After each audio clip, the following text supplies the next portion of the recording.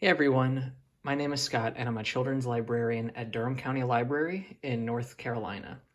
Once a month in my library, I host a role-playing game for children in kindergarten through 5th grade. Each game lasts about 1.5 hours and we have roughly 5 people who play each game. I want to share with you how I design those games to encourage any parent or caregiver out there to play with your kids. And the great part is that you have everything you need to play at home right now. Find some dice in an old board game, you have some coloring supplies, paper, craft supplies, you're ready to play. And hey, first, I want to apologize because this video is going to be kind of rough. I'm not a YouTube content creator, and my main goal for this video is to just quickly put together something for anyone out there who's at home with kids off school looking for some activities. This is an incredibly fun and rewarding activity for kids, and I'd rather just get my message out there quickly so you can get to having a good time. So many of you probably already know what a role-playing game is. Maybe you've heard of the popular Dungeons and Dragons game. If not, a role-playing game is a collaborative storytelling game. Usually one player is a kind of referee who gives the other players creative prompts and problems to solve. That's going to be your job as the adult. And the players, the kids here, they're going to create their own personas and describe how their characters interact in a world you describe in order to advance the plot of a story. Now, there are a lot of ways to do role-playing games with kids, and I want to show you my style that works especially well with young kids. I'd say probably ages 5 to 9 is kind of the sweet spot here, where with my students, I use a story to weave together all sorts of children's activities like crafts, puzzles, and team communication. Let me give you a rundown. First, ask the child, "Who are you?" Let the kids draw a little action figure on a piece of paper like this. Maybe they are an alien, or maybe they are a sorceress, maybe a robot. And a lot of kids like to play as characters or superheroes that they know. Maybe somebody like Wonder Woman. So have the child draw on a small sheet of paper where this little action figure is going to move around on the world you're going to create. Now that they have a character, you want to ask them some questions to kind of immerse themselves in this role and the world that they're going to explore. Things like, how old are you? What's the bravest thing you've ever done? Sometimes it helps to give kids some suggestions so that way they start to understand how to sink into this creative exercise. Like, what was it like where you grew up? Was it the desert? Maybe outer space? And now it's time to send those adventurers out on a mission. So here I have a large sheet of paper, and what you as the referee are going to do is help draw on this to be kind of a board where the action figures move around, a map. And you want to have each room that you're going to create be part of a larger story with an activity that keeps propelling the kids further and further into the building. So I keep my plots very simple, something like a community's prized artifact has been stolen and they need to retrieve it. So maybe this takes place in an art museum. The kids start here at the entrance. So let's say Wonder Woman and the alien are going off on this adventure. As they start exploring the museum, there's one room down here, one room up here, and they see that in front of them, there is a locked door that requires 2 keys. So I bet if they explore these rooms, they're going to be able to find the keys and keep advancing. So one kid says they want to go down here, and the other wants to split up and check out this room. So each room is going to have a creative prompt in it and a reason to exist in this story. The alien goes into a gallery where there are beautiful paintings on the wall. And you can tell the kids, I want you all to draw what you think is the coolest painting that your character sees. So you could give them a sheet of paper or a little canvas like this, and they'll draw for themselves one of those masterpieces. Or up here, this is kind of the exotic plants room. And you say, you see the most unusual plants your character's ever seen. I want you to draw on the board what they look like. So I have on another sheet of paper, but you can pretend that the kids drew these strange plants in the room. And as they're exploring, they happen to find one key here and one key here, which will allow them to keep moving into the building now that the door has been unlocked. Now, a fun thing that I like to do with doors sometimes is also have them be locked by magic. And this is where you can use puzzles. So here's some examples. If you search online for coloring puzzles, this is what they look like. You can print off a bunch of copies. I just made one here myself. And the idea is that you need to color in all of these white blocks, but with the 4 colors, but you cannot have any matching colors next to each other. So this is kind of a cool challenge that the kids will be working on together before unlocking the door. Here's some other examples. I have a game I just had at home with these cats, and it tells you use these 7 different cats and you have to put them all down on a layer here. So here's what the solution looks like.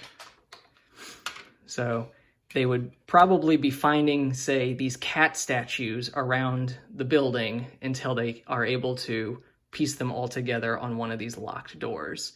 So those are some more advanced ideas, but you could keep it simple even. Maybe like there's a statue in front of a door and it asks a riddle and the kids have to solve the riddle before advancing.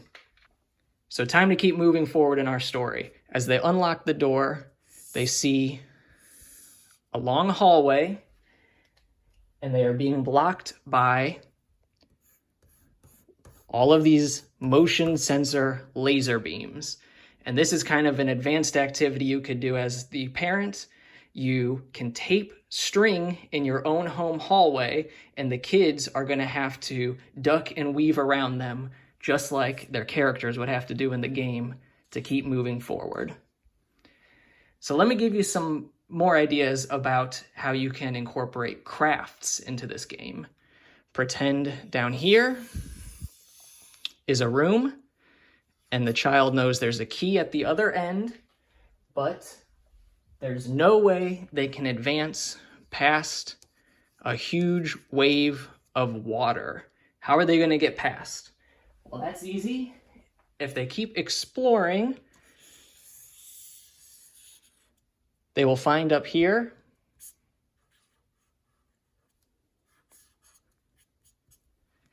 a magic water shifting horn.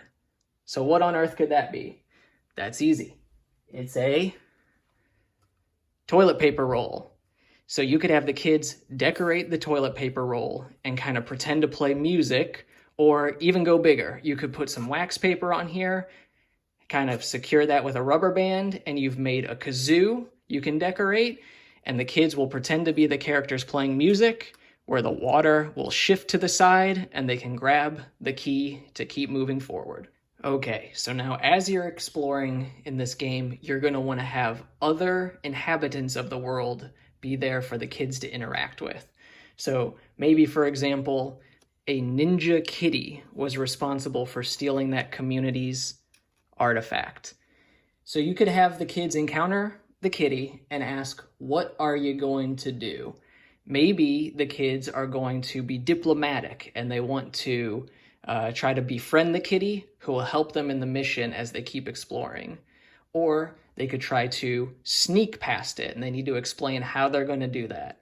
Or some kids might want to battle the kitty, and that's where the dice are going to come into play.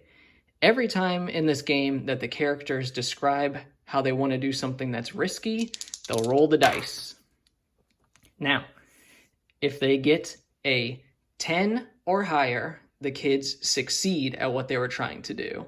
If they get a 7, 8, or 9, they partially succeed. And if they get a 6 or lower, they fail. So let me give you an example.